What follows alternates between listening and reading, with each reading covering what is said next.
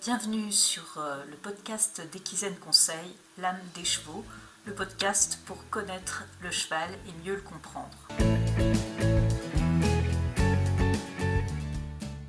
Bonjour, je vous souhaite la bienvenue sur le podcast d'Equizen Conseil, l'âme des chevaux. Je suis Nathalie, je suis comportementaliste équin et je vous propose de vous retrouver tous les mercredis pour vous aider à mieux connaître votre cheval et donc mieux le comprendre.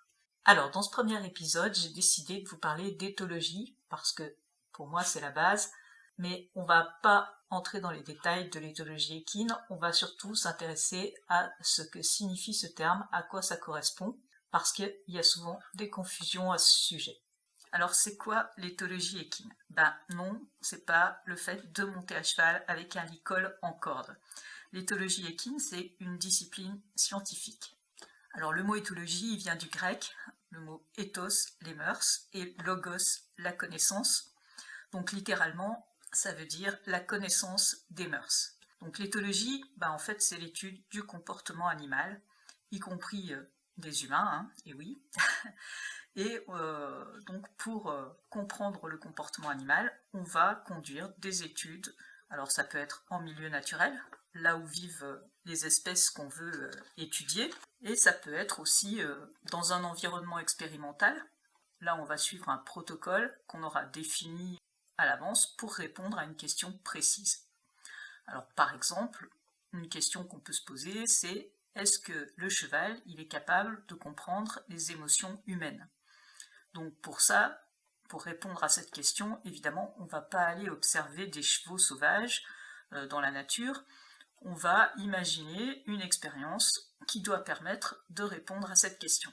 Donc l'éthologie, c'est une discipline qui est pratiquée donc par des chercheurs, des éthologues ou éthologistes. Alors, petite précision, si vous voyez un enseignant d'équitation par exemple qui se dit éthologue, forte probabilité pour que ça ne soit pas le cas. Pour être éthologue, il faut avoir un doctorat. Donc faites attention à ça. Il ne faut pas confondre l'équitation éthologique avec l'éthologie scientifique. Moi-même, par exemple, je ne suis pas éthologue. J'ai étudié l'éthologie, certes, mais je n'ai pas suivi un parcours universitaire qui me donne ce titre. Donc, mon objectif, c'est uniquement de vous transmettre des connaissances, mais pas de mener des travaux de recherche. Alors, pourquoi est-ce qu'on parle d'ailleurs d'équitation éthologique? Parmi les domaines de recherche en éthologie, il y a entre autres la connaissance des capacités cognitives des animaux et de la manière dont ils apprennent. C'est ce qu'on appelle la théorie d'apprentissage. Et les principes de la théorie d'apprentissage, ils s'appliquent à tous les animaux, nous y compris. Donc l'équitation éthologique, elle repose sur l'application de ces principes. Du coup, la question qu'on peut se poser, c'est quand on ne fait pas de l'équitation éthologique, qu'est-ce qu'on fait? Alors, il y a deux possibilités. Soit, éventuellement, on applique les principes d'apprentissage sans le savoir. Ok, du coup, en fait, c'est de l'équitation éthologique. Soit on ne les applique pas. Et là, il y a quand même de fortes chances que le cheval ne comprenne pas grand-chose à ce qu'on lui demande. Donc tout ça pour vous dire que quand on parle d'équitation éthologique, en fait on parle d'équitation tout court. L'équitation éthologique, c'est absolument pas une discipline à part de l'équitation. On a rajouté éthologique pour rappeler que ça s'appuie sur les principes d'apprentissage et donc sur des connaissances en éthologie équine. Donc l'équitation éthologique, c'est pas non plus le fait de monter avec un licol en corde.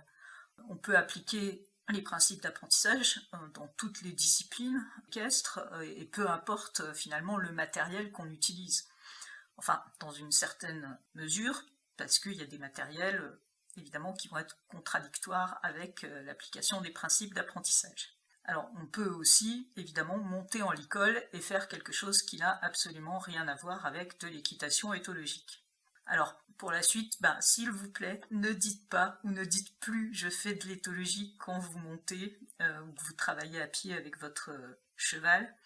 Vous faites de l'équitation respectueuse du cheval parce que vous vous basez sur des principes validés scientifiquement qui prennent en compte les capacités d'apprentissage du cheval et qui rendent compréhensible ce que vous lui demandez. C'est un léger raccourci, mais on aura l'occasion de développer ce sujet de l'apprentissage chez le cheval dans de prochains épisodes. Donc pour résumer, l'éthologie, c'est une discipline scientifique qui étudie le comportement animal, qui est pratiqué par des chercheurs, et l'équitation éthologique, c'est ce que devrait être toute équitation, parce que grâce aux connaissances actuelles sur la façon dont le cheval apprend et dont il comprend les choses, des connaissances qui viennent de l'éthologie scientifique, on peut aujourd'hui pratiquer une équitation éthique basée sur la compréhension des capacités cognitives du cheval. Alors, revenons à notre sujet, l'éthologie équine. Donc l'éthologie équine, elle s'est surtout développée à partir des années 70, avec des études sur des chevaux sauvages, essentiellement les Mustangs aux États-Unis, les chevaux camarguais et les Brumbies par exemple également en Australie. Depuis le début des années 80, donc, il y a eu de plus en plus de travaux scientifiques sur les chevaux, et on a commencé aussi à s'intéresser non plus seulement aux chevaux sauvages, mais aussi aux chevaux domestiques. Donc actuellement, il y a un certain nombre d'équipes en France, des équipes de recherche qui travaillent sur le comportement du cheval. Donc on peut se demander comment procède un éthologue pour travailler. D'une manière générale, pas forcément par rapport aux chevaux. Donc un éthologue, on a vu ça tout à l'heure, il étudie les comportements des animaux et il les analyse. Alors, il va réaliser pour ça des observations qui doivent lui permettre de répondre à certaines questions. Il y a 4 questions fondamentales qui ont été définies par Nicolas Steenbergen en 1963. La première question, c'est quelles sont les causes proximales d'un comportement? C'est-à-dire, on va chercher à savoir ce qui déclenche le comportement chez l'animal. Ensuite, on va regarder quelles sont les causes ultimes de ce comportement.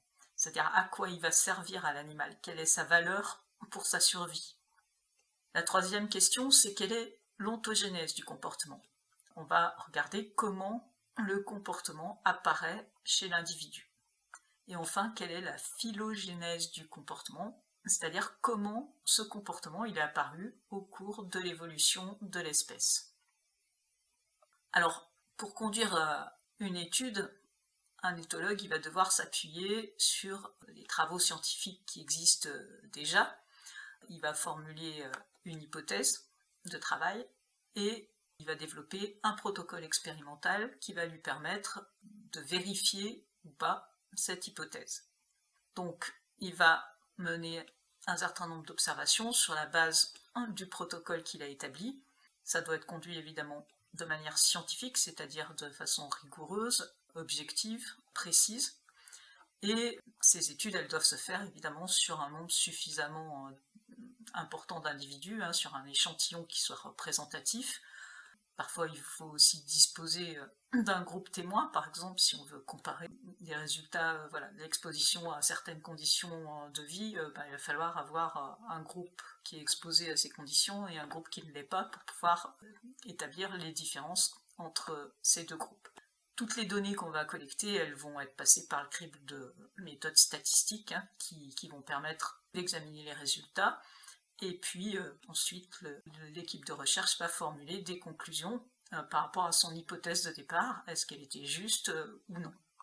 Donc, une étude scientifique, elle va faire l'objet ensuite d'une publication, la publication d'un article dans une revue scientifique.